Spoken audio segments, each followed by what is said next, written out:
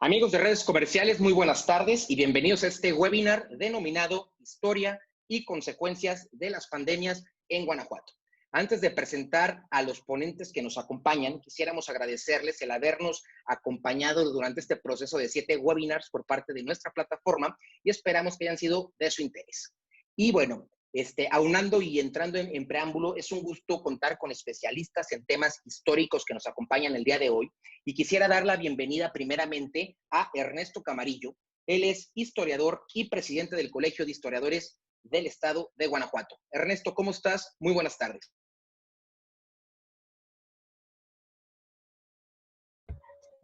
Buenas tardes, es un gusto estar con ustedes, agradeciendo la invitación, sobre todo el compartir los micrófonos con especialistas también en el área, y pues ojalá sea un éxito y a todos nos quede más claro ese tipo de temas. Muchas gracias.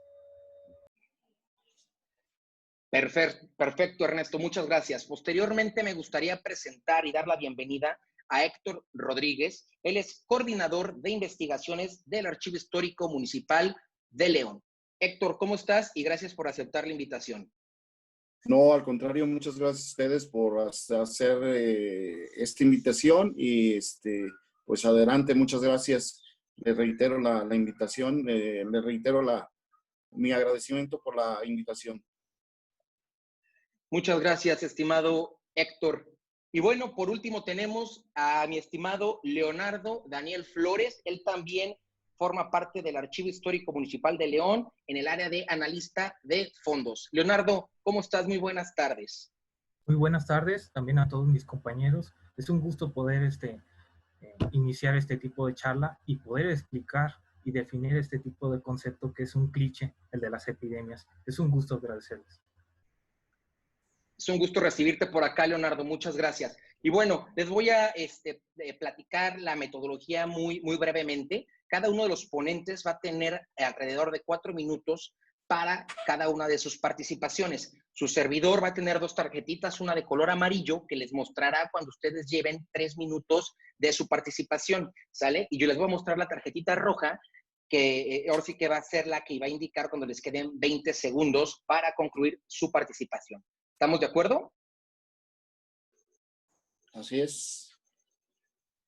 Excelente. Pues bueno, entrando en materia y arranquemos con un contexto global e histórico, quisiera empezar con el maestro Camarillo, que nos pudiera platicar cuáles son las principales pandemias que han afectado al mundo a lo largo de la historia y cómo han llegado estas también a impactar en Guanajuato.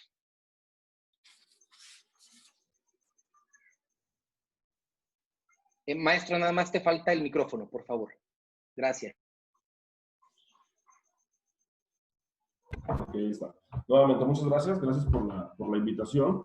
Y pues parecería que este mal del cual estamos hablando ahora se ha vuelto, como bien lo comentaba Leonardo en su primera locución, pues es un cliché. Yo creo que la mayor parte de estos males tendría que provenir, se supondría, que por las malas condiciones, que por la cuestión de la sociedad, y principalmente vamos a tener, bueno, por lo que he estado investigando, vamos a tener principalmente viruela, tifo, distintos tipos de peste, y los cuales justo después del siglo XVI con la globalización pues se van a extender a lo largo del orbe. Claro, la globalización es un término muy contemporáneo, pero podríamos prefigurarlo de esa manera.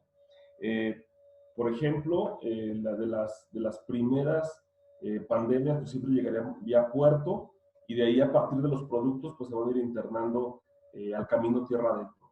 Entonces, muy rápidamente tendremos la presencia de estas pandemias, al menos de las primeras registradas para nuestra entidad, pues serán a partir del siglo XVII, del siglo XVIII, incluso muy tempranamente, ya podemos empezar a hablar de este tipo de pandemias. Bueno, la primera, bueno, de las primeras, y digamos que sería de las cuales se podría documentar a través de los códices de la segunda etapa, es decir, de los códices que ya aparecen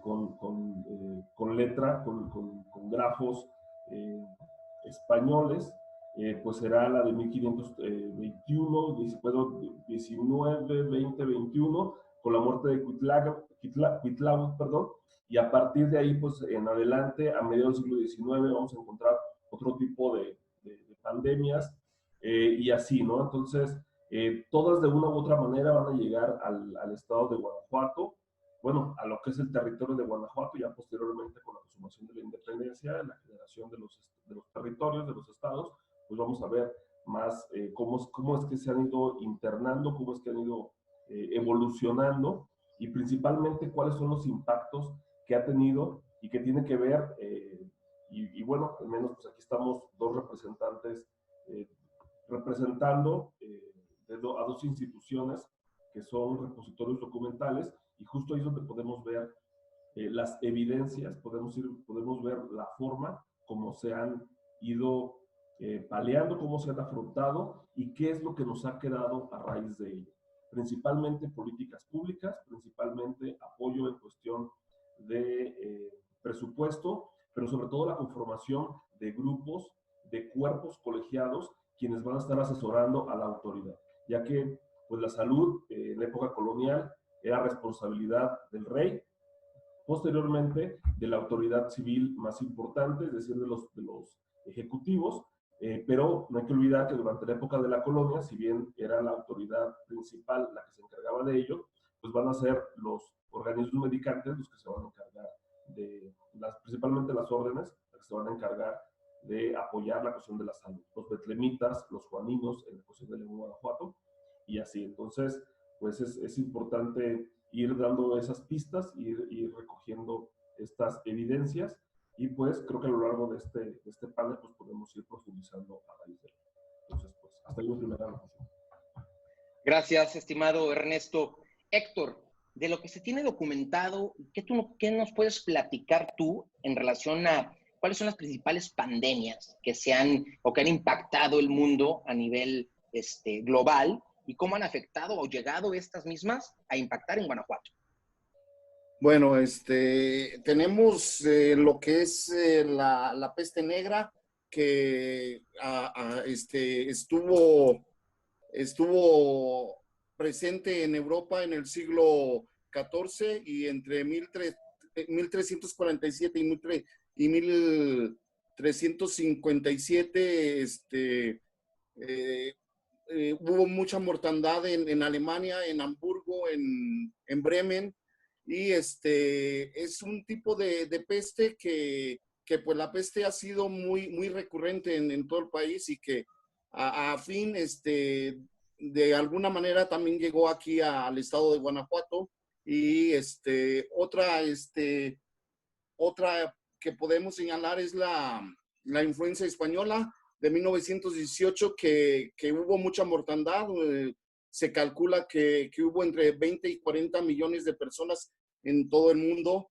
Y también hubo este brote de influenza española, también estuvo presente aquí en Guanajuato en el mismo año de 1918. Otras, pues las clásicas, la viruela, el sarampión, el cólera. No sé si quieres que especifique ya más detalladamente aquí en el estado de Guanajuato, o no sé con qué podemos continuar. Si especificamos en particular alguna, no sé cómo ven. Sí, si pudiéramos o nos pudieras platicar en relación, si estas mismas, cómo impactaron posteriormente en Guanajuato, es decir, empezaron en Europa y cómo fueron extendiéndose al continente americano hasta llegar a México y posteriormente a Guanajuato. Ok. En 1643 hay un brote de una peste que se le conoció aquí en México como Matlazáhuac, y hubo una epidemia muy fuerte entre los años de 1737 a 1739, pero hay un antecedente, 1643, que hubo una infección de esta epidemia en Michoacán concretamente, pero de ahí pasó curiosamente aquí a la Villa de León, y el padre Romero nos señala que en Tzintzuntzan, siendo una población de 2,000 habitantes, quedó reducida a 200 pobladores. Esto es un antecedente que tenemos de una epidemia pues muy devastadora. Después vuelve a haber esta epidemia como te decía, en el siguiente siglo, entre 1737 y 1739, y la investigadora del Colegio de Michoacán,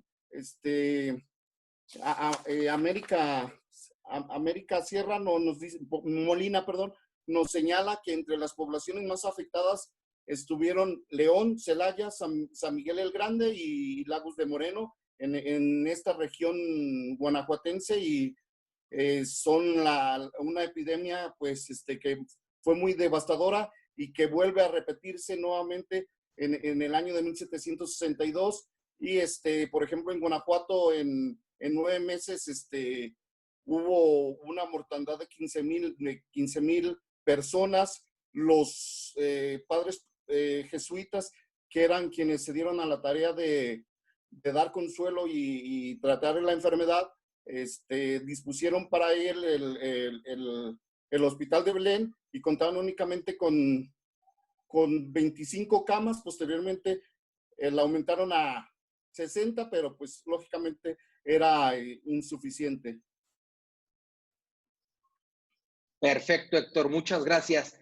Leonardo, ya nos ha platicado Ernesto del contexto global, también checamos con Héctor cómo se vino distribuyendo y cómo fue impactando en nuestro estado. Tú que nos pudieras platicar en relación a lo que se tiene documentado y lo que tú también has investigado, en las pandemias, ¿cuál ha sido su desarrollo global y cómo han impactado Guanajuato?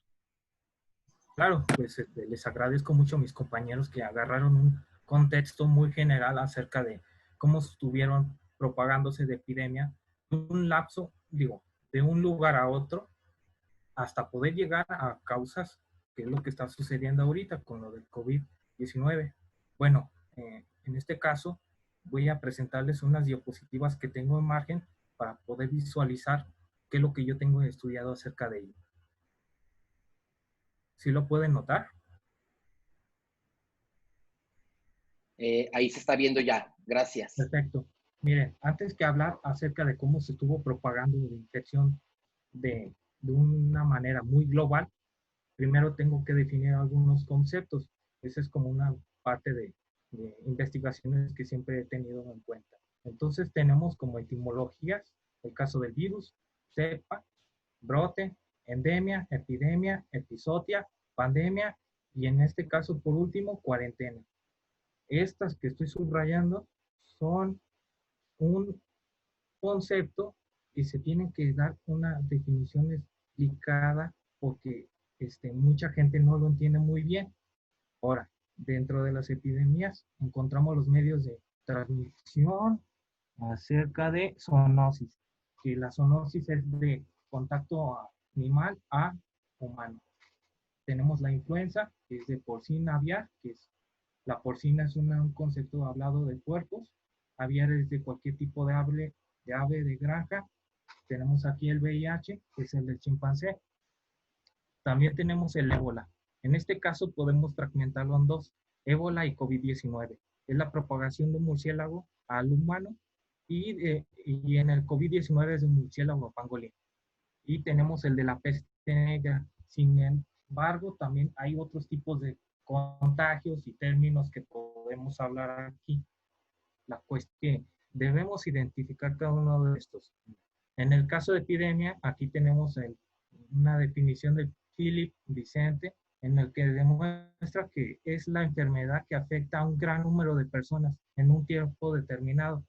Para Alfonso Villegas, la Facultad de Medicina del UNAM, él ha estado explicando acerca de que es un aumento inusual de una enfermedad que ataca a un número de personas superior al esperado. Este término, concepto, pues venía del procedente del griego, que se pone en definición en dos fragmentos. Uno que es epi, sobre, y demos, en relación a pueblo. significa estancia en el país. Y como estamos describiendo acerca de epidemias, pues estamos hablando de estancia del país de una enfermedad. Ahora sí, ya en grano podemos ver a las principales epidemias que puedo analizar. Sé que son muchísimas, pero podemos acatar estas siguientes.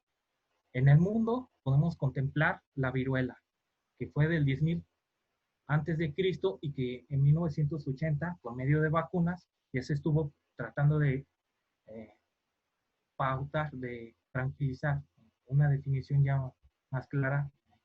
El peste negra fue de 1346 a 1353. De la gripe española tenemos que fue de 1918 a 1920. Del SIDA empezó de los años 20 y actualmente no se ha encontrado una cura con respecto a eso. Ahora, en México hay unas 4 que yo puedo considerar que son muy buenas para poder explicar este tipo de fenómeno que se ha estado viendo. En el caso de la viruela ha pasado en todos lados. Es un virus que es muy complicado de erradicar y podemos ver que en México se le pudo llamar Cocolixtli. Es una definición que ya estuvieron hablando mis compañeros, que se podría decir que podría haber aparecido en el 1518 hasta 1620. Aquí hago un espacio. ¿Ustedes me escuchan perfectamente? Sí, Leonardo. Ok. Luego sigue la Matlazáhuac, que esta se originó en 1575 a 1696. Son términos que se estuvieron llevando a cabo porque así los naturales fueron los que fueron más afectados con este tipo de virus. Ya tenemos a otras 2 últimas, que fue el sarampión y la cólera morbus, descrita por Lucio Marmolejo, 1833 a 1854. Ahora, tengo aquí una estadística que la vamos a estar viendo cada rato acerca de cuáles fueron las etapas: nivel, enfermedad, tipo de virus y bacteria, medio de transmisión, año de registro, características y tasa de función. Recordemos que epidemia es diferente a pandemia, porque la epidemia se lapsa un determinado número de su inicio sobre un brote de enfermedad. Y la pandemia es ya cuando lo abarca completamente. Y la epizodia, que es en relación a la epidemia, esta se esboza a una enfermedad que solamente se contrae a los animales. Y aquí está la tasa de función de cada uno de los brotes virales y de bacterias. En el caso subrayado de los azules son bacterias. Correcto, Leonardo. Muchas gracias. Quiero continuar ahora con Héctor. Héctor, habíamos platicado en tu participación pasada de 2 principales, que también Leonardo acaba de citar, dos principales enfermedades que llegaron de Europa. Y quisiéramos preguntarte, ¿de qué forma eran tratadas estas pandemias en las distintas épocas de cómo llegaron? Y si se cuenta, bueno, ya Leonardo nos pasó algunas cifras o de cada una de las pandemias, y que nos pudieras hablar sobre todo en cómo se les hizo frente a este tipo de pandemias en aquellas épocas. Sí, definitivamente el llevar una solución o una manera de enfrentar estas pandemias, lógicamente ha evolucionado con el tiempo, pero sí, los primeros siglos de la Nueva España, pues sí era muy complicado porque la medicina pues no estaba evolucionada. Se utilizaban mucho las sangrías, pero pues a final de cuentas eran demasiados los muertos, no había manera de enfrentarla y prácticamente es increíble a toro pasado, viendo los siglos pasados, sí resulta pues hasta cierto modo incomprensible que enfermedades que a la luz de nuestros ojos en la actualidad podamos creer que no son letales, lo fueron en su momento y pues no había manera de enfrentarla, únicamente paliativos y tratar de que la gente pudiera pasarla lo menos mal posible. Se establecían lazaretos para aislar a las personas, a la gente, pero a final de cuentas, pues eran letales. Una de las mejores maneras con las que se pudo tratar, por ejemplo, a la viruela, es la vacuna que a inicios del siglo XIX se crea esta pues aquí surgió un personaje muy representativo de España, y que es Francisco Javier Balmis, que emprende una expedición por los dominios de España, los dominios de España en América y en las Filipinas. Y curiosamente tenemos, León tiene el orgullo de que este personaje tan ilustre haya estado aquí en León, y él llega aquí a León el 23 y al día siguiente aplica la vacuna y pues aplica la vacuna a 184 personas con gran éxito, y es una de las maneras como se ha venido o como se enfrentó la manera de tratar estas enfermedades, y ya una vez que se establece la vacuna, pues empiezan a sobrevivir la gente, aunque León vuelve a enfrentar recurrentemente la epidemia de la vacuna. Hay epidemias en 1815, 1825, en 1838-39 vuelve a haber una epidemia muy fuerte de viruela, y gracias a la labor de don Julián de Obregón, que era la autoridad local en ese momento, se implementan medidas, socorros, ayuda el gobierno estatal, y se logra salvar a muchas personas, pero recurrentemente esta epidemia de la viruela continuaba, y se logra erradicar ya hasta 1942, y es la manera en que pues se enfrentaba de alguna manera cómo tratar las epidemias. Muchas gracias, Héctor. Continúo contigo, Leonardo. Habíamos platicado anteriormente, nos presentabas cuáles eran las principales epidemias, pandemias que habían azotado tanto el mundo como México y como la entidad. Desde lo que se tiene, ¿cómo eran tratadas? ¿Cómo eran tratadas anteriormente las pandemias? Y bueno, si además de las cifras con las que llevamos, tú tienes algunas adicionales. Claro, por supuesto. Yo puedo identificar algunos 3 ejemplos para poder determinar cómo se estuvo llevando una relación entre sociedad y gobierno, para poder explicar esta pauta de cómo se han llevado a cabo la epidemia. Primero tenemos el caso de la peste negra, que pues, podemos considerar que fueron alrededor de 50 millones de muertos de 1347 a 1353, tomando en cuenta que fueron 6 años. Entonces 50 millones son muchos. Pero ¿cómo llevó a cabo este tipo de proceso? Bueno, pues estuve investigando, y conceptos actuales me sugieren citar al Papa Gregorio IX, en el cual fue tomando cargo en 1227 a 1241. Es un personaje muy importante porque él estableció la Inquisición papal, regularizando la persecución de la herejía. Entonces, lo importante de esto fue el emitido en 1233, que se llama Vox in Rana, un decreto oficial declarando a Satanás que era medio gato. ¿Por qué tengo que relacionar esto con la peste negra? Porque mediante este mandato hicieron la persecución de animales como el gato, porque se trataba de un animal que era un problema de brujería. Bueno, se trataba de brujería. Entonces lo erradicaron. Bueno, trataron de eliminarlos completamente porque era un mal para la iglesia, en especial el papado. Por lo tanto, pues la peste negra surge por medio de la infección de la pulga que contenía la rata, propagándose en este año de 1347 una innumerable tasa de muertes por parte de la gente. El significado de esto, que quiero decir, es que a falta de gatos, no había depredador podía eliminar al roedor y por lo tanto se pudo propagar.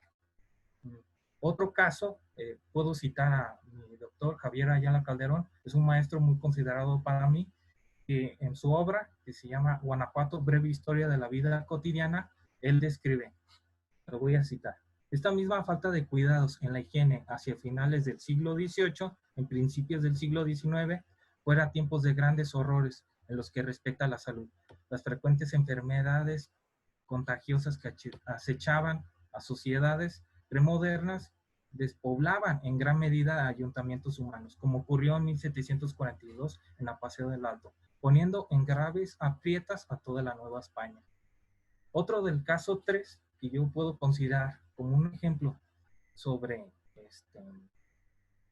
cómo fueron tratados a través de la sociedad, es en el de la fiebre aftosa, un tema que yo he estado analizando, investigando y que todo el mundo me considera que he sido un especialista en este tema. La fiebre aftosa es de 1947 al 55, se trató de erradicar un margen de decenas en los cuales en medio de comunicación, que en ese tiempo era periódico, trataban de esconder qué es lo que ocurría en ese entonces. Pues el ganado se estaba muriendo por una enfermedad, un virus, y la glosopeda, y por las circunstancias que se estaban llevando, era un poco caótico, porque cuando se moría el ganado, el campesino perdía, y cuando perdía, pues dentro de México, la economía en ese momento, la que participaba era el ganado. Son una de las citas que yo puedo considerar cómo ha estado actuando la sociedad con el gobierno, cómo han llevado su paralela, cómo han tratado de enfocarse con base a una solución, y cada quien tiene su propia perspectiva. Ya había hablado que la zoonosis es una forma de transmitir este virus de animal a humano. Entonces hay otros métodos, que es el del método portador, de un portador a otro, y el de transmisión de por aire. Aquí puedo considerar que el objeto especial, si se trata de medios de transporte, es muy importante acatar que dentro de tiempos posteriores era muy indispensable utilizar el medio de cuarentena, el cual era buscar la solución no solamente en personas, sino objetos como de transporte, ya que se podía propagar esto dentro de un pueblo a otro. Bueno, esto sería todo. Muchas gracias, Leonardo. Ernesto, ¿cómo se curaban anteriormente las pandemias, este tipo de enfermedades con los que se contaba? Me gustaría, antes de ahondar sobre ese tema, que es muy, muy interesante, ya que estamos hablando de un contexto muy, muy general. Bueno, para empezar, de las grandes pandemias que ha tenido y ha asolado a nuestro país, y en su mayoría han llegado a Guanajuato, pues ya lo hemos comentado: el coccolizzi, el paludismo, hablamos del cólera, hablamos de la epidemia de tifo, hablamos del H1N1, todavía hasta el año 2009, y pues ahora podríamos estar hablando de esta mutación de lo que estamos viendo actualmente. Si estamos hablando que las primeras epidemias se vivieron en el siglo XVI, hace un momento nuestro compañero Héctor nos hablaba de que la medicina no evolucionaba, pero pues más bien se erradican con lo que se tiene, y en este caso la población que ya vivía en ese territorio conocía perfectamente las hierbas y las propiedades de ellas, así como algunos animales. Y tenemos en las crónicas, incluso en el propio padre José Guadalupe Romero, nos va a hablar de cómo un indígena apoyó a curar principalmente la cuestión del tifo, con víbora de cascabel, posteriormente la parte de la viruela, con ruda, con epazote, que incluso dice que antes de morir, pues se dijo eso, ¿no?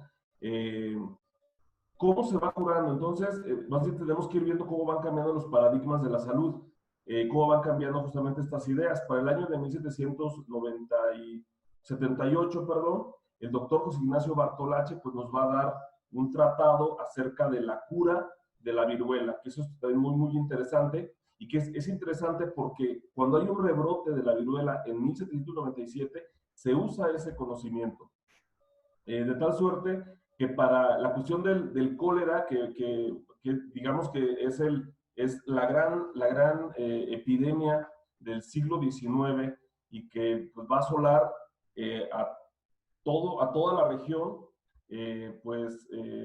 va a ser igualmente paliada pues, con la medicina que se tiene. Se hablaba, y también esos datos son interesantes, porque lamentablemente la historia no es la historia de la medicina, es muy, muy especializada. Si nosotros vamos revisando historias generales, no vamos a encontrar muchos datos al respecto, por lo cual tenemos que seguir hurgando en nuestra documentación para poder llegar a ella.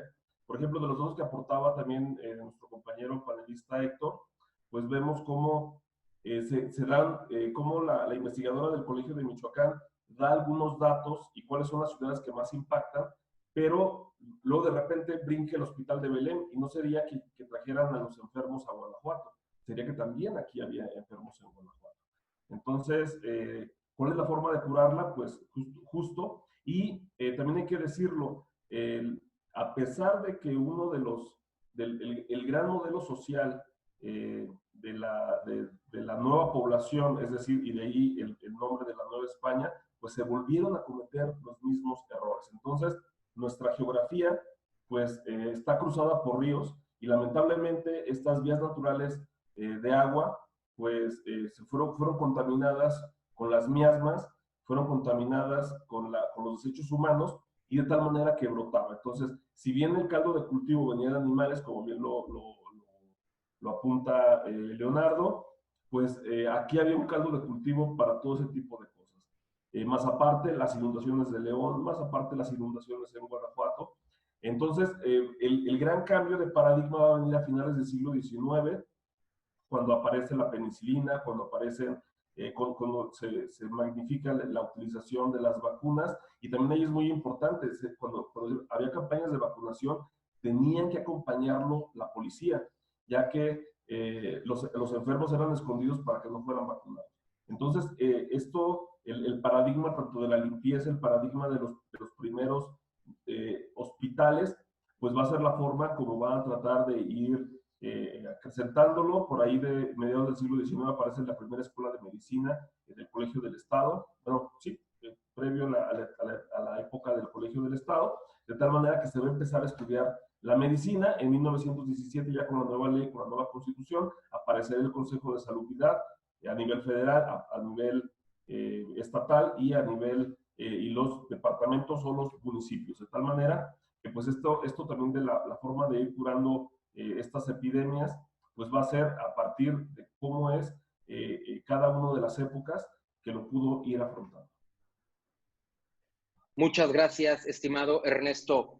Leonardo, en el entendido de todo lo que hemos venido platicando, seguramente habrá tenido un aprendizaje la sociedad, ¿no? Yo quisiera que nos platicaras desde tu documentación y todo lo que has investigado, ¿qué huellas históricas dejaron estas pandemias para la sociedad? Y bueno, ¿y qué cambios hubo? Bueno, en este caso yo puedo empezar otra vez con relación a la anterior pregunta, ya solamente para poder citar también lo que estuvo hablando Ernesto. Es demasiado importante poder agarrar este puente de fundamentos que han hablado la historia de la medicina y pues es muy efectivo poder ver una solución con respecto a ella. Voy a presentarles una de las diapositivas que tengo aquí acerca de el método, los métodos de transmisión que se han presentado y los métodos de solución. Tenemos aquí tres, los tratamientos tanto que han utilizado tanto la gente como los medios que ha utilizado el gobierno. El caso de la cuarentena es una solución de aislamiento, y la vacuna que se encontró ya en México en el siglo XVIII, que nos había ya citado Ernesto. Aquí tenemos la cita acerca de la doctora Ochoterena, acerca de la vacunación hoy en uno de los artículos que ha publicado dentro de esta revista. La historia de la vacunación en México surge en el siglo XVIII, pareciéndose a personajes como Francisco Balmis, Ignacio Bartolache y José Antonio Alzate, haciendo expediciones para enfrentar las epidemias en las que afecta en este tiempo en la viruela, por lo que era importante solucionar el terrible mal del país. Sin embargo, la aplicación de la vacuna ya apareció en el 1926. Ahora, ¿qué podemos aprender de ella? Que en tiempos posteriores, si buscamos que debe haber una solución, siempre lo hay. ¿Qué nos enseña? El virus muta, siempre va a mutar. Siempre ha pasado viruela, el del SIDA, el del SARS, del virus SARS, entre otra gran cantidad, que también tiene un pasado. Hay que buscar también fuentes de medio, tanto de cualquier disciplina como de ciencias, para buscar una solución ante este tipo de problemas. No todo es pérdida, siempre hay cuando estamos al límite de margen de carencia, siempre emerge una buena solución.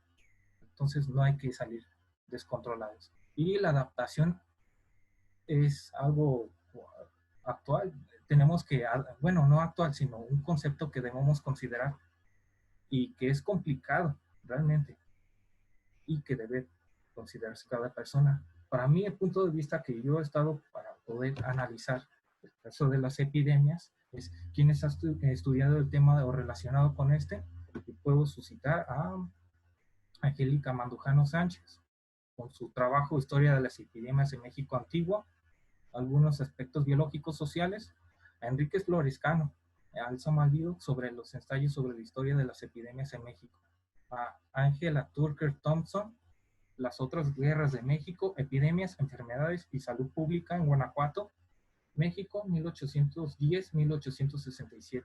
Jan Meyer, aunque no habla acerca de un tema relacionado a una epidemia, sino a un tema relacionado de cómo han solucionado México la fiebre aftosa, y que posteriormente se estuvo viendo en países del sur sobre este tipo de episodio. Rosa Alicia Pérez Luque, que es una de las que se enfocan acerca de la historia de la viruela en Guanajuato, de 1797 a 98, y tenemos aquí a uno de los autores clásicos, que es Lucio Marmolejo, que en Efemérides Guanajuatenses estuvo tratando el tema, aunque la obra no la terminó porque ya había muerto. Javier Ayala Calderón, que lo he citado antes, habla sobre cómo la gente ha tratado este tipo de epidemias. Y así podemos determinar que de todas estas perspectivas que están en margen sobre que debe haber una solución y tenemos que encontrarla lo más pronto posible. Yo digo que es un tema que se tiene que dar vueltas y vueltas para poder considerar que las soluciones tangentes que se están viendo hoy en día deben ver una forma de responderla, y nosotros estamos encaminados hacia una historia de aceptar las condiciones de tratamiento, soluciones y futura vacuna, o ir del lado contrario. Entonces nosotros respondemos a cuál sería de esas dos. Muchas gracias, Leonardo. Ernesto, ¿qué huellas históricas dejaron las pandemias dentro de nuestra sociedad? Y bueno, ¿cuáles fueron los principales aprendizajes a través del tiempo?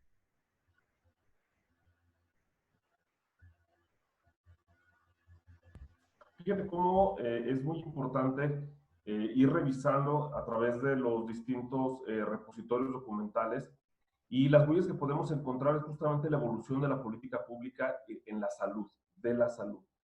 Por ejemplo, citábamos que una de las grandes epidemias que ha vivido México y que llegó y que permeó a todo el país, pues sería el cólera morbus, el cual podemos encontrar en el decreto 227 del noveno congreso, del sexto congreso de Guanajuato. Podemos encontrar justo cómo es que cómo fue que se atendió a partir de la política pública, principalmente para irlo sorteando. Y como se los iba comentando, a través del cambio de paradigma, del cambio de ya para 1917 con la nueva ley, para empezar, bueno, si bien antes lo había habido, antes había médicos, en 1917 uno de los diputados era Luis Pablo Bustamante, que incluso habría suscrito la Constitución del Estado de Guanajuato. Eso es muy importante también mencionarlo. Y pues entonces se va a convertir en un tema cotidiano en el Congreso del Estado de Guanajuato la cuestión de la salud. Incluso se dice que el hospital, que si el hospicio que atendía el gobierno en Irapuato ya no se va a seguir dando, que entonces ese dinero se le aplique a la salubridad específicamente de Irapuato, ya que está muy mermada. Y ese tema lo saca justamente el doctor Luis Pablo Bustamante. Como parte de la salud pública, pues está el decreto número 27, publicado el 30 de octubre de ese mismo año, donde se va a generar un Consejo Superior de Salubridad, donde el Ejecutivo, si bien es el encargado de tener esa responsabilidad, en el punto número 7 de este reglamento de salud, habla de la profilaxis de las enfermedades endémicas y epidemias y transmisibles, así como de las epozotias. Es decir, la ley está recogiendo lo que ya antes se había padecido. Si estamos hablando de que la norma es justamente un reflejo de la sociedad, pues se sabe que somos una población vulnerable, se sabe que somos una población a la cual llegan distintos caminos, entonces es innegable y es indudable que íbamos a tener nuevamente este tipo de ataques.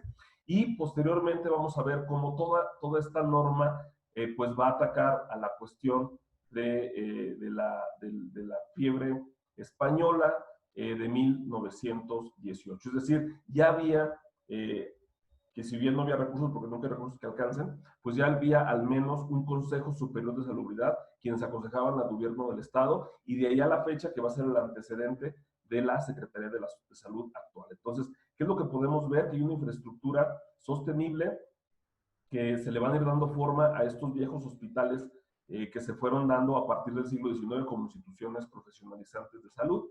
Los colegios van a estar recuperando la enseñanza de la salud pública. Entonces, pues la sociedad tiene la obligación de ir como aprendiendo de los errores. A final de cuentas, todo esto ha sido ensayo-error. Y de las cosas que nos pueden quedar es justamente esto: las leyes y su evolución en materia de administración pública, principalmente en la salud. Y bueno, pues estos edificios que incluso son magníficos, justo al abrir Paseo La Presa, pues vamos a ver el bello hospital de Guanajuato, que tiene el escudo de Guanajuato en la parte principal. Entonces, hasta ese tipo de baluartes a lo largo del país, no todas las ciudades, lamentablemente, no todas las ciudades cuentan con ese tipo de infraestructura, pero podemos ir viendo en distintas ciudades dónde se ubicaban los hospitales. En el caso de los juaninos, pues son llevados, en el caso de León, Guanajuato, son llevados al barrio de los Desterrados o al Jardín Revolución, normalmente lo podemos seguir llamando como Jardín de San Juan de Dios. En el caso de Guanajuato Capital, tenemos el Hospital de Belén, que es la orden a la cual se le da la salud pública en la ciudad de Guanajuato, actualmente en la Escuela de Arquitectura, pero se va a convertir en el Hospital Civil, se va a convertir en la sede de la Escuela de Medicina del entonces colegio. Pero una vez que la carrera se abre, ya como parte de la Universidad de Guanajuato, se traslada a León.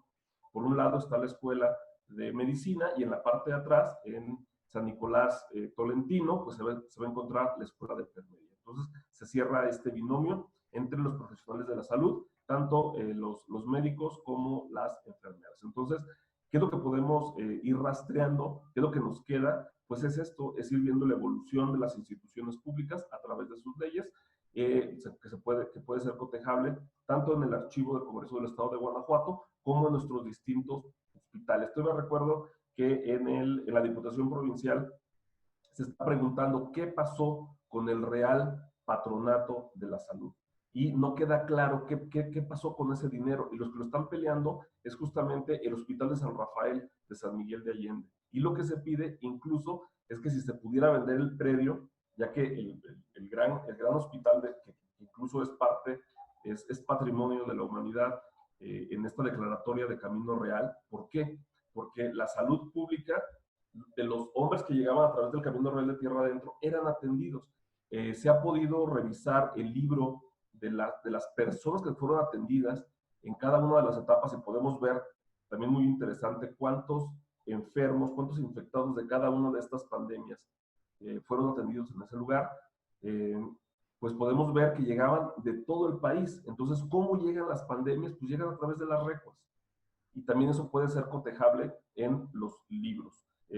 Tenemos en San Miguel, hoy San Miguel de Allende, tenemos el libro del Hospital de San Rafael, tenemos en Guanajuato el libro del Hospital de Belén. Me imagino que en el Archivo Histórico Municipal de León debe existir alguno de los libros de los hospitales, y ahí es justamente donde podemos encontrar estas evidencias, esta carga, porque las enfermedades llegaban por los caminos, las enfermedades también los traía el comercio, y justamente en esta plataforma que estamos, que son redes comerciales, pues también ahí puede ser rastreable por estos, de dónde vienen las mercaderías, de dónde vienen las importaciones, y ahí también vienen las enfermedades. No se trata de satanizar el fenómeno, solamente de estar ilustrando que esta globalidad, esta globalización y el estar en un lugar tan comprometido por los ramales del Camino Real, pues es justamente como nos llegaban. Entonces, por eso nos pegan de forma tan directa. Entonces, pues es una forma como podemos ver qué es lo que nos queda al día de hoy, y pues ni modo, hacer lo que hicieron esos investigadores de los cuales ya nos hablaba Leonardo, hurgar los archivos y seguir viendo la evolución de nuestras leyes que impactan directamente a la salud. Muchas gracias, estimado Ernesto. Héctor, ya por ahí nos habló Leonardo del cambio de hábitos, Ernesto un poco del cambio de políticas públicas y de edificación de algunos inmuebles. Desde tu perspectiva, ¿qué huellas históricas nos dejaron estas pandemias dentro de la sociedad y cómo cambiaron el desarrollo de la vida? Sí, pues es una situación que la gente tiene que ha tenido que aprender con ellas. Sin embargo, la historia nos marca patrones que no se han atendido adecuadamente, porque vemos, por ejemplo, epidemias que constantemente se repiten, como la viruela, el sarampión, que durante todo el siglo XIX, pues, perjudicaron concretamente a León. Y aunque son brotes incluso nacionales, son recurrentes y pues lamentablemente no aprendemos. Se supone que debemos de aprender de lo que ha acontecido, pero seguimos cometiendo los mismos errores y pues lamentablemente la gente no aprendemos y sigue la misma pauta. Lo vemos actualmente, se nos dice que no salgamos de casa, lo seguimos haciendo, creemos que no es verdad y así están las cosas, pero se trata de educación cívica, de educación en la escuela.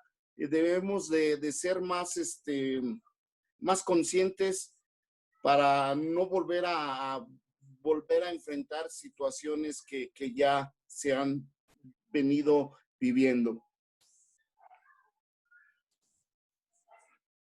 Perfecto, Héctor, muchas gracias. Bueno, ya para ir cerrando este panel, me gustaría también hacerles la invitación a las personas que nos están acompañando, que si están interesados en hacer alguna pregunta a nuestros ponentes, la puedan mandar vía Zoom, y bien también a las personas que nos siguen por redes sociales, lo pueden hacer por esa ruta, ¿sale? Me gustaría, arrancar ahora sí como cierre en el tema, pues de ciertas conclusiones, Ernesto, contigo, sobre todo, ¿con qué pudiéramos cerrar, con qué nos pudiéramos quedar, ¿sí?, históricamente sobre el paso de las enfermedades por Guanajuato?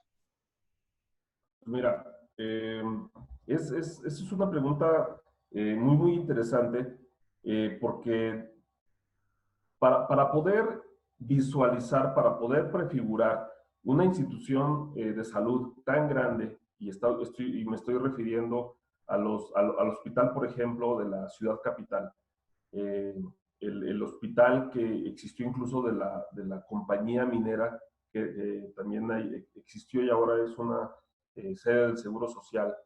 La vieja sede del hospital y posteriormente de los Juaninos en León, que era una casa, posteriormente se construyen el anexo del templo de San Juan de Dios, pero también en alguna época estuvo en el convento de los Paulinos, por ejemplo, la Cruz Roja, el gran hospital de San Rafael, que va a reactivar otro exdiputado, híjole, se me fue ahorita el nombre, que incluso fue presidente municipal en algún momento, de los firmantes de la Constitución de 1917, ahorita reviso bien el nombre de este personaje, pero la reactivación de una institución que viene de carácter colonial. Entonces, pues, ¿qué es lo que nos va quedando? Pues es justamente esta idea, un poquito recuperar la idea de Héctor, de este ensayo-error, aunque seguimos haciendo, seguimos recurriendo a los viejos esquemas. Lo primero que nos han dicho las autoridades, bueno, las autoridades es quédate en casa, es decir, el aislamiento social. Si tú no te quieres infectar, simplemente no te expongas. Y esto viene desde la Edad Media. Había leí un comentario en el chat que hablaba justamente de la falta de higiene en la Edad Media y que trajo este tipo de males, pero lo repetimos nosotros en la Nueva España y lo seguimos repitiendo. Recuerdo un profesor, un brillante maestro de la universidad, el maestro Jorge Castro Rivas, que decía que cuando él era joven, Guanajuato olía a París, y me imagino que no era a este verano de los Champs-Élysées, sin embargo, era a la cloaca, olía a la cloaca, que en ese momento era el río Sena. Imaginemos en estos calores, cuando todavía no han llegado las lluvias, cómo olía por el centro de Guanajuato que pasara un río. Todo esto es enfermedad, son las mismas. Por ejemplo, el día de hoy estamos viviendo bueno, no se vivió, pero estamos en el día de San Juan, y 15 días después se supone que el lunes, primer lunes de julio, segundo lunes de julio, tendría que desasolvar el río a partir del agua que iba corriendo. Entonces, contamos con tradiciones que incluso nos habla de eso, nos habla de propiciar la limpieza para evitar este tipo de enfermedades. Entonces, ¿qué es lo que nos va a quedar? Nos quedan esos baluartes, nos quedan esos viejos edificios, nos queda la reglamentación y cómo es que fue atendida, nos quedan estas formas de entender la salud, nos quedan esos cambios de paradigmas con la llegada de salubridad, con la llegada de la asepsia. En el Mundo Ilustrado, que era la revista en boga de finales del siglo XIX, principios del siglo XX, pues vemos cómo se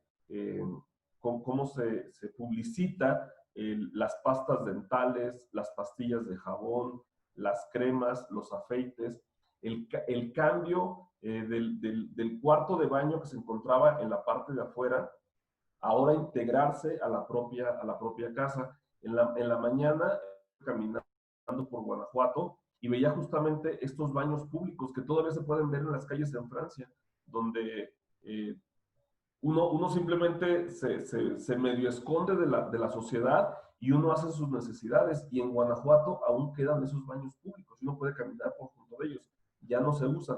Entonces, todo esto son los cambios de paradigmas que nos van dando o que propiciarían, porque al final de cuentas todo esto tiene que aterrizar con políticas públicas.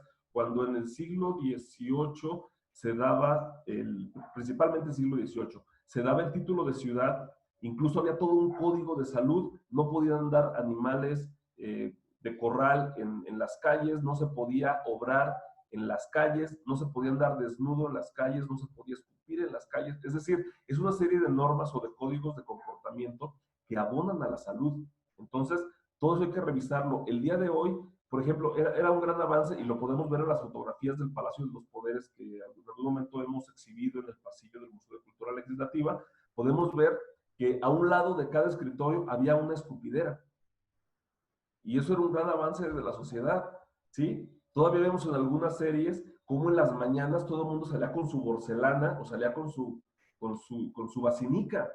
Y al día de hoy eso no es posible, ¿sí? En las calles, al arroyo de la calle, y se decía, ahí va el agua, y era justamente porque las miasmas se aventaban al arroyo de la calle. Entonces, todo ese tipo de cosas es lo que podemos ir viendo cómo como sociedad hemos ido evolucionando. Hay que ser un poquito más conscientes al momento de ver cuando vamos a alguna ciudad, en este caso como Guanajuato, como San Miguel, como Querétaro, algunos barrios como el barrio de Santiago, en León, como el barrio del Pocillo todavía, cómo quedan los desagües, cómo quedan las bajadas de agua, las canaletas. Hay que ser un poquito más conscientes acerca de ello para poder entender que todo eso tiene que ver con el ensayo-error de cómo es que hemos ido afrontando en la vida cotidiana este tipo de problemas de salud pública para revisar al día de hoy en este episodio que estamos viviendo, que en verdad no es inédito, que en verdad no es inédito. Solamente hay que recuperar, voltear hacia atrás y tratar de leer estos trabajos sobre vida cotidiana.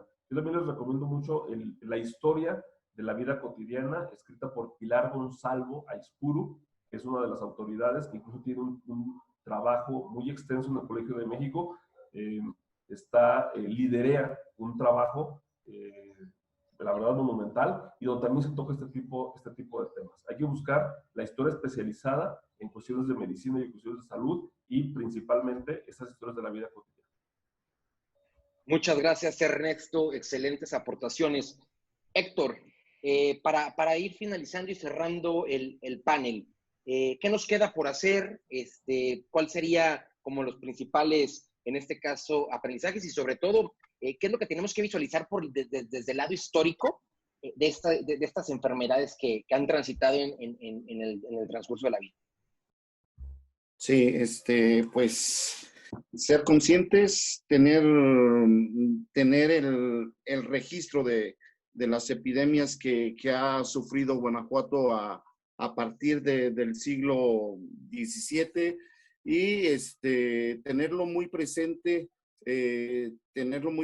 ser conscientes, tener una mentalidad abierta a toda posibilidad de contagio, porque no podemos cerrar la mente y decir que esto es pasajero. Hay que tener la responsabilidad incluso civil para hacer frente a todas estas enfermedades, porque esto es solo el principio y no sabemos qué otras enfermedades puedan venir en el futuro.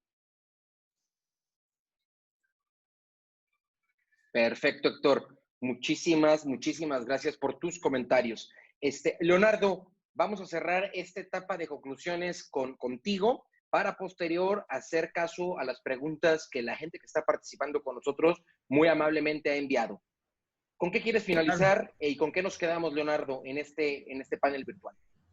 Bueno, a pesar de todo lo ya comentado acerca de cuáles fueron las soluciones y la respuesta de la mentalidad de las personas, yo puedo considerar en pocas palabras que a pesar de todas las epidemias que han surgido en Guanajuato, no han sido pocas. Del SARS-CoV no es para alertar mucho, sin embargo tenemos que acatarlo para poder concluirlo lo más pronto posible. ¿Cuáles son de las soluciones con respecto a esto? Una es, aparte de buscar una solución en la sanidad que sea mucho mejor dentro de nuestro estado, y también refiriéndome a todo el mundo, es la mentalidad de la persona. Yo hace poco estuve hablando con uno de mis compañeros de ahí, del archivo histórico, en el que identifican cómo se propaga el virus, que hay dos tipos de personas, los las personas que son que no presentan un síntoma, asintomáticos, y aquellos que sí lo tienen. Podemos ver esta reflexión con base a que los dos son lo mismo. Más bien depende de otras consideración, que es las personas que son un poco más inmunes a este tipo de virus. Les comentaba a mis compañeros que es como agarrar un dado. Mientras menos enfermedades tengas, es como arrojar un dado que tenga más lados de cara. Una de esas caras es el SARS-CoV-2. Entonces es mucho más facilidad que se pueda evitar este tipo de enfermedad. Ahora, en caso de los que tengan diabetes, hipertensión, pues el número va disminuyendo, provocando una facilidad de tener el SARS-CoV-2. Y esto ha sucedido con base a todos los hechos de la historia. Mientras más contaminado la sociedad, dentro de los pueblos en donde se habita la gente, pues mayor caos repercute. Todo depende de cómo identifique la persona este tipo de virus. Y pues con base a lo de la fiebre aftosa del león, que es uno de los temas que yo hablo aquí, muchos consideran que cuando yo estuve hablando acerca de ello dentro de varios especialistas, una de las soluciones que ellos tenían era erradicar completamente a través del rifle sanitario. ¿Qué queremos decir con esto? Eliminar todo ganado que esté infectado. Es una de las soluciones que son ahorita en estos momentos muy complicadas de poder ver hoy en la actualidad. Sin embargo, esta es una de las soluciones. Ahorita lo único que tenemos que hacer es acatar lo de la cuarentena y buscar las mejores soluciones. ¿Cuáles? Cubreboca, tener un espacio para poder evitar este tipo de virus, aparte de los acatamientos que se están presentando hoy en día. Y así es como yo puedo concluir determinadamente acerca de lo de la historia de las epidemias aquí. Muchas gracias, Leonardo. Realmente valoramos bastante la participación que los tres nos han brindado. Y quisiera pasar, si lo ven a bien, al tema de preguntas. Estoy llegando algunas preguntas y algunos comentarios. Por ejemplo, Juan Pablo nos pregunta, ¿creen ustedes que el COVID-19 sea más mortífero que las epidemias anteriores que han afectado a la entidad? No sé quién gusta tomar el micrófono. Adelante, Leonardo. Sí, bueno, podemos identificar que todavía no ha concluido. Entonces vamos a llevar a evitar todo este tipo de circunstancias. Voy a abrir otra vez lo de la diapositiva en donde tengo todo de el margen de número de muertes por parte de los virus o bacterias, y vemos que es notoriamente muy diferente a lo que se está viendo hoy con la del SARS-CoV-2. 500 millones con el caso de la viruela, y todo se está viendo. El de la gripe española, 40 millones, y ya más estatal, estamos viendo que nomás estoy describiendo dos. El de la cólera morbus, solamente agarré 12,000 de este periodo de 1833-1850. Podemos contemplar con el caso de SARS-CoV-2. El problema es que radica en la cuarentena. Hemos estado aislados durante muchísimo tiempo. Entonces, mientras más tengamos en cuenta acerca de este acatamiento, más fácil podemos erradicarlo, si es que lo llegamos a hacer.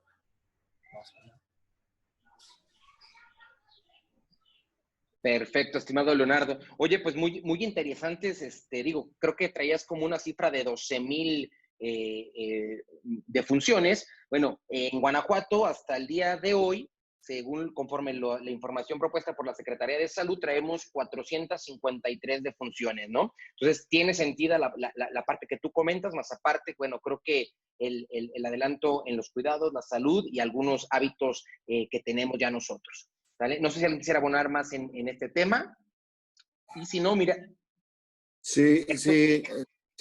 Nada más para comentar lo siguiente. Todo depende de la época, claro, de la época en que se desarrolla la epidemia. Por ejemplo, en 1839-40, que sucedió la epidemia de viruela aquí en León y en general en el estado. el estado contaba con 130,000 habitantes y se contagiaron 43,000 personas. Entonces, pues sí es relativo al tiempo y a la época en que se desarrollan y se liberan estas epidemias, ¿verdad? Totalmente de acuerdo, estimado Héctor, y gracias por la aportación. Carlos Espadas nos comenta, pregunta, ¿podrían comentar cómo reacciona el pueblo leonés ante estas situaciones históricas diversas de enfermedades como endemias, pandemias? No sé si a quién le gustaría agarrar el micrófono, tomar el micrófono, perdón.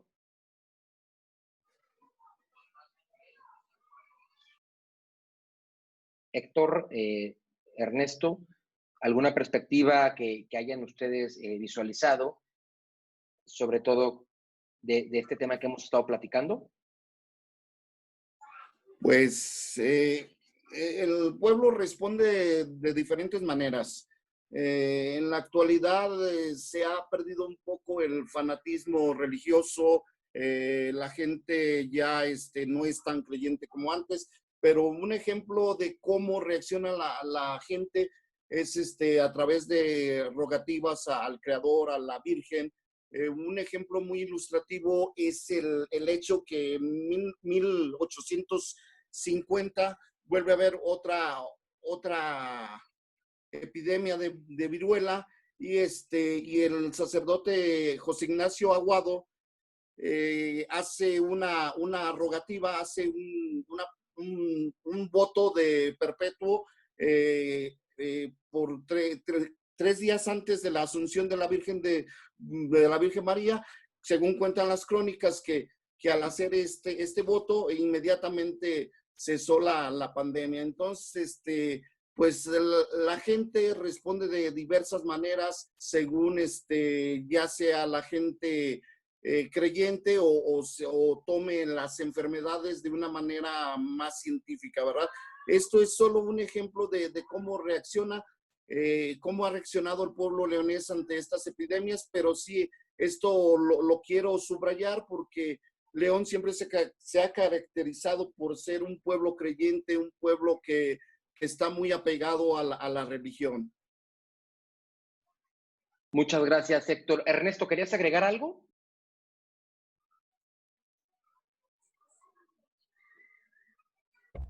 Sí, justo este comentario que hace nuestro compañero Héctor me recuerda mucho, bueno, este artículo y lamentablemente es de difícil acceso, fue escrito por Martín Ortiz en una revista que se llama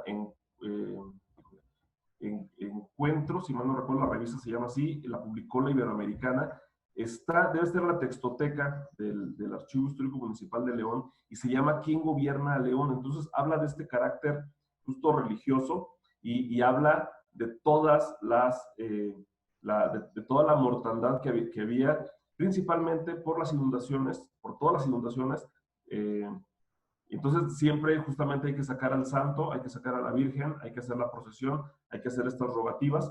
Entonces, pues sí, y justo una de la tesis de este artículo de ¿Quién gobierna León?, basado en otro texto que es Who Government, tiene que ver justamente con eso, cómo las distintas las distintas desgracias, tanto naturales, en este caso como las epidemias, han azotado a la ciudad de León, Guanajuato, y cómo siempre hay una respuesta que tiene que ver con un aspecto de carácter religioso.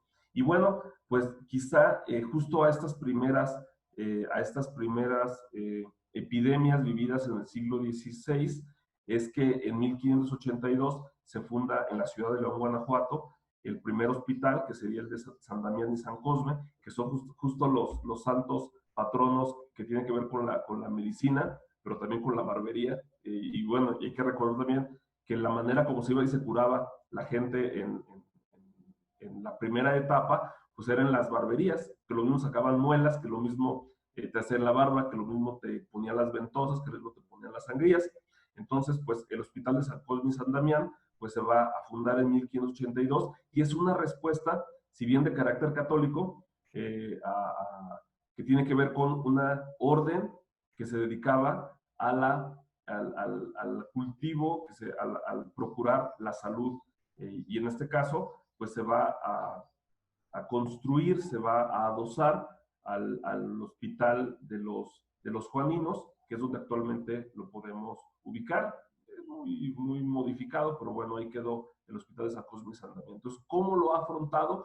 Yo diría, no me iría solamente a esta cuestión de los católicos practicantes, del cual me apego a ellos, lo cual lo soy, sino también abonaría a que es a Dios pidiendo, pero también con las acciones. En este caso, pues tenemos nuestro primer hospital que data del siglo XVI, y ahí el crecimiento de las instituciones hospitalarias, y yo diría que la institucionalización de la salud que nos llega en el siglo XIX, y es un médico formado por el doctor Salmans, que es una misión de salud, porque no la dejan entrar como misión religiosa, de los hermanos metodistas, que van a establecer un hospital en Guanajuato, pero van a abrir la primera escuela de enfermería en el estado de Guanajuato, y lamentablemente, como no hay una escuela para médicos, están mandando a la gente a la Ciudad de México y viene a Estados Unidos a que se forme, y en este caso hay un médico de León, Guanajuato, que va a ser formado con apoyo de los hermanos metodistas. Entonces, pues también hay ese tipo de apoyo, donde vamos a encontrar que también la población leonesa, pues también ha tenido instituciones de carácter de salud desde la primera etapa, es decir, desde el siglo XVI. Excelente, Ernesto, muchas gracias. Pues bueno, quiero también agradecer por aquí a Sergio Ramos y a Noemí López, que nos mandan sus comentarios. Digo, por ahí ya se los compartimos vía chat a los ponentes, y con esto dar por concluido el panel virtual. Agradecerles enormemente a los tres la participación, el tiempo y también, y sobre todo, pues que compartan todo este conocimiento, y que bueno, para su servidor ha sido de amplio, ahora sí que una amplia oportunidad poder hablar de estos temas. ¿Sale? No sé si alguien quisiera agregar algo, y si no, pues con esto damos por concluido. Nada más para un comentario anecdótico para los futboleros. Mi compañero Leonardo hacía referencia a la fiebre aftosa de 1947. Esto viene a colación porque en ese año, 1947, el Atlante se encontraba en la cima del campeonato con 40 puntos, le sacaba 3 puntos de diferencia al equipo León, y se iban a enfrentar aquí en León el 25 de mayo de ese año del 47. Si el Atlante obtenía mínimo un empate, ganaba el título. El León tenía, para superar al Atlante, tener que derrotar primero al Atlante y posteriormente derrotar al Asturias, y esperar que el Atlas derrotara al Atlante. Era un poco complicado, pero sin embargo sí era posible. Pues resulta que José Manuel Núñez, un general que era el dueño y propietario del equipo Atlante, forzó a los directivos de la entonces Liga Mayor, hoy Federación Mexicana de Fútbol, para que el partido fuera trasladado de León a la Ciudad de México, alegando que con motivo de la fiebre aftosa no podía haber concentraciones masivas de personas. Entonces el partido fue trasladado a la Ciudad de México, y ahí el partido terminó empatado a 0 goles, y a la postre le dio el título al Atlante, aun cuando el Atlante perdió el último partido contra el Atlas y el León se impuso al Asturias. Una anécdota con relación a la fiebre aftosa.